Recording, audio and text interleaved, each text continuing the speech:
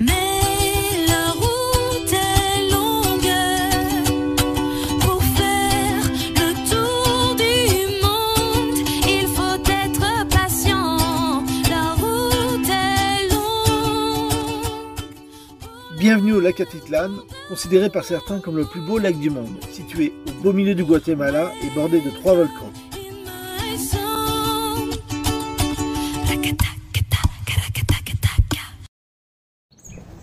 Alors nous voici au lac Atitlán avec la ville de Panajachel en bas et là tout le lac et on va habiter dans le petit village en bas, Santa Cruz de la Laguna.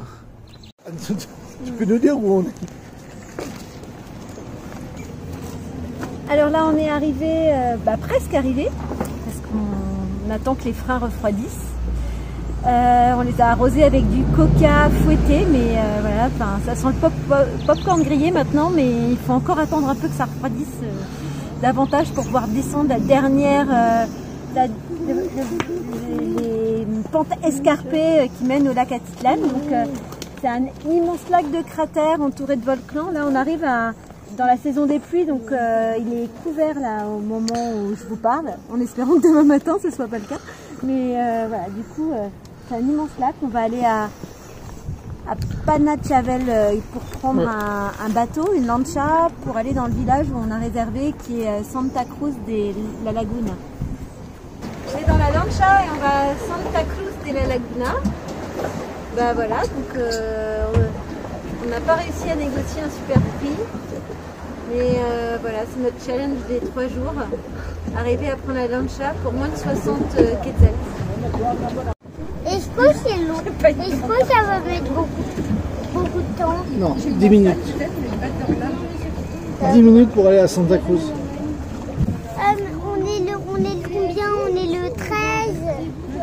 On est le 29 juin. Sur le lac Atitlán, la plupart des villages ne sont accessibles que par la mer. Donc il faudra prendre le bateau-bus et que c'est un tarif par personne qui commence à être un petit peu cher si on voyage en famille. On va voir la carte. On est arrivé à Santa Cruz de la Laguna. Notre maison elle est en bas, mais le village il est en haut. Donc on monte. Et on n'a pas voulu prendre de tuk-tuk parce qu'on est super fort.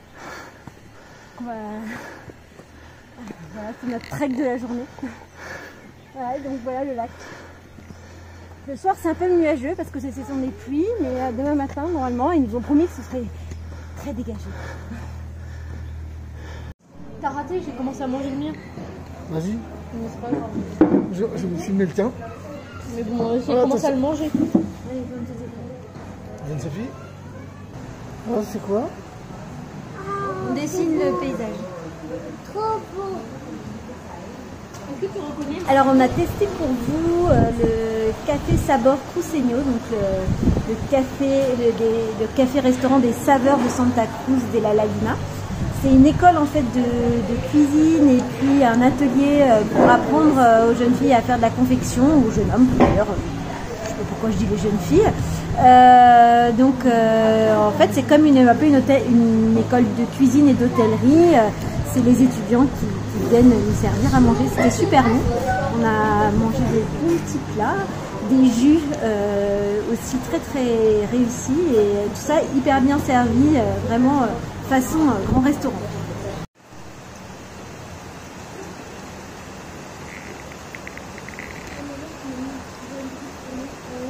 C'est confirmé, fin juin, au lac Atitlán, il pleut. C'est la saison des pluies. Il faut être patient, ça dure 1 heure et puis ça s'arrête. Dommage qu'on voit pas la pluie qui tombe. Je sais pas pour vous, mais moi ça me fait penser à une scène du film Avatar. Quoi? Tu disais quoi? C'est plus drôle. Qu'est-ce qui est plus drôle? En fait, la voiture c'est moins drôle que le bateau. Ah ouais.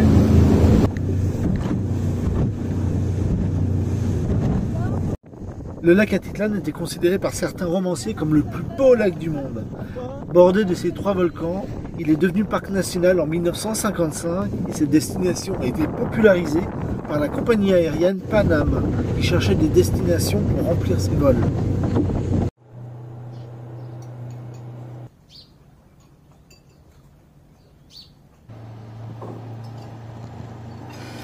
L'Atitlan veut dire en nahuatl, la langue locale maya, entre les eaux. Il s'agit d'un lac endoréique, ce qui veut dire qu'il n'a pas de débouché sur la mer. Il est issu d'un savant équilibre entre les pluies, les ruissellements et les prélèvements.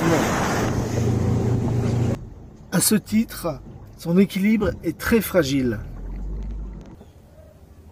Voici le panache de fumée d'un volcan en éruption. Enfin, en activité.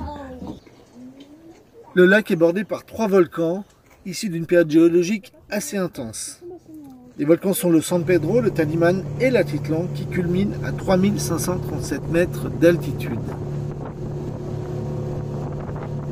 On dirait que la fumée là-bas, c'est un flamant rouge avec son petit bébé. C'est un volcan? Oui, je sais. C'est de la fumée d'un volcan, mais là, c'est un flamant rouge avec son bébé.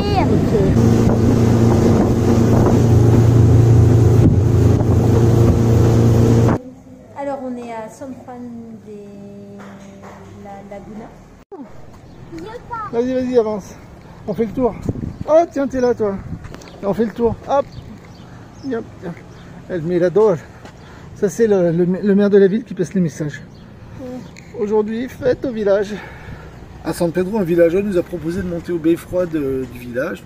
On n'a pas hésité. Donc, on a une superbe vue sur le lac et sur le village.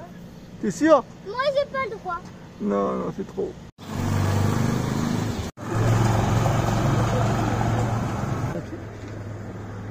En visitant San Pedro, on sentait une ambiance de fête.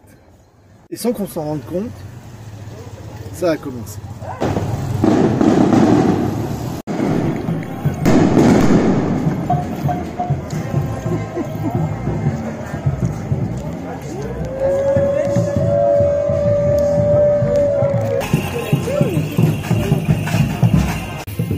Ça, tu auras plusieurs...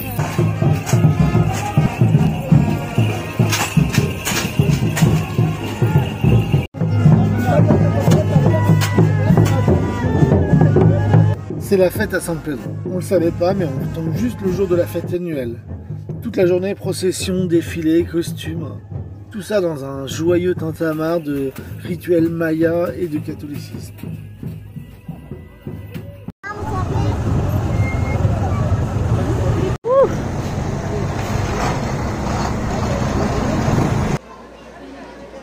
Mais une fête ne serait pas complète sans le traditionnel bal. Ici, les hommes sont habillés en cow-boys, ou plutôt des cow-boys à tendance guatémaltèque, éleveurs, paysans, et rencontrent les femmes avec leur habit traditionnel maya. Tout ça au milieu d'une musique assourdissante.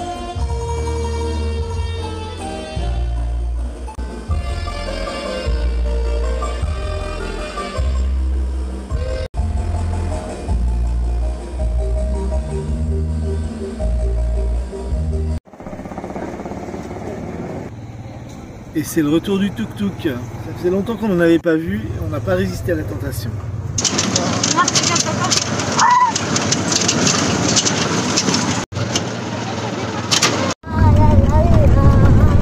Los frenos están bien. También. Tengan pena, vamos seguros. Alors on fait la course? Regarde, c'est une super vue.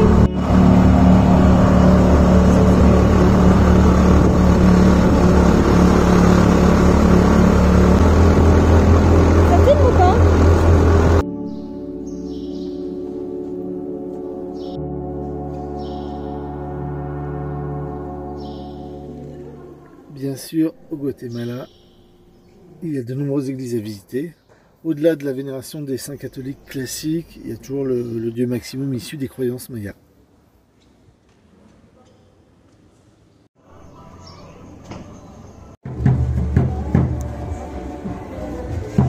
D'abord voir le marché. À chaque fête de village, bien sûr, il y a une fête foraine et celle-ci n'y échappe pas.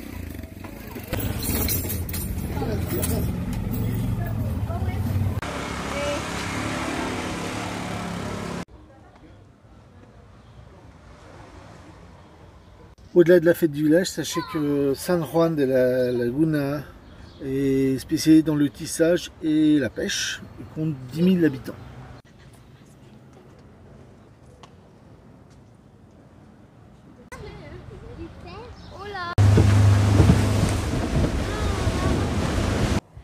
Alors, on est toujours au lac Atitlán et en fait, je ne sais pas si vous voyez, mais là en fait on est le long sur la rive ouest, je pense. Et donc du coup là-bas on voit San Pedro de la Laguna, là où on a été hier et c'était la fête de San Pedro, on a vu les processions et la fête. Juste à droite, c'est San Juan de la Laguna, c'est un plus petit village assez artistique avec une communauté d'artistes locales qui se sont montés en coopérative. En fait, dans ce village-là, c'est un peu la spécificité. Ils travaillent beaucoup en collectif et il y a beaucoup de coopératives de métiers. San Pedro, c'est plus touristique, mais c'est aussi un grand marché, les fêtes, des fêtes. Et là, ils sont adossés au volcan San Pedro. Et là, il y a les deux autres volcans, l'Atitlán. Je vais me tromper de nom, ça se trouve, mais bon, il y a deux autres volcans qui sont là. Et tout au fond là-bas, en fait, il y a le lac qui fait un espèce de goulet. Et il y a San Antonio ou San Domingo de la Laguna, je ne sais plus. Mais voilà, donc, et en face, c'est El Cerro de Oro, c'est l'espèce de petite montagne, petite collinette là qu'on voit. Voilà, voilà, et l'eau est bonne. On n'a pas plongé, mais des gens se baignent. Les villages du lac Atitlán pratiquent la culture maraîchère, donc énormément de culture avocat, maïs, oignons, concombres, fraises, essentiellement pour le marché local. Bah, on est toujours sur le bord du lac Atitlán. Là, il y a des habitants qui cultivent des champs où ils mixent papaye, café, courge, maïs. Voilà, c'est juste en dessous.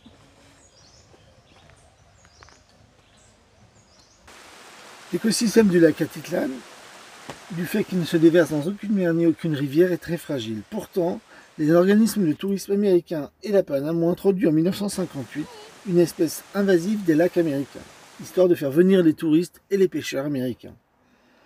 La conséquence est l'élimination des 2/3 des espèces indigènes et l'extinction du grèbe de l'Atitlán. Alors, Marc, ça va? Marc, tiens-moi la main. Tiens-moi la main. Tu passes? Au bord du précipice. Ouais.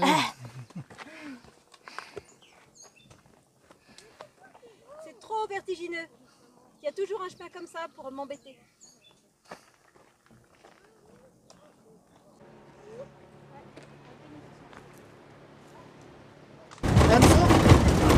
Ouais. Alors on a marché pendant, je sais pas, 2 heures, 3 heures. Et maintenant on va manger à San Marco et on prend un petit tuk-tuk. Olivier a un peu transpiré, donc c'est un peu insupportable.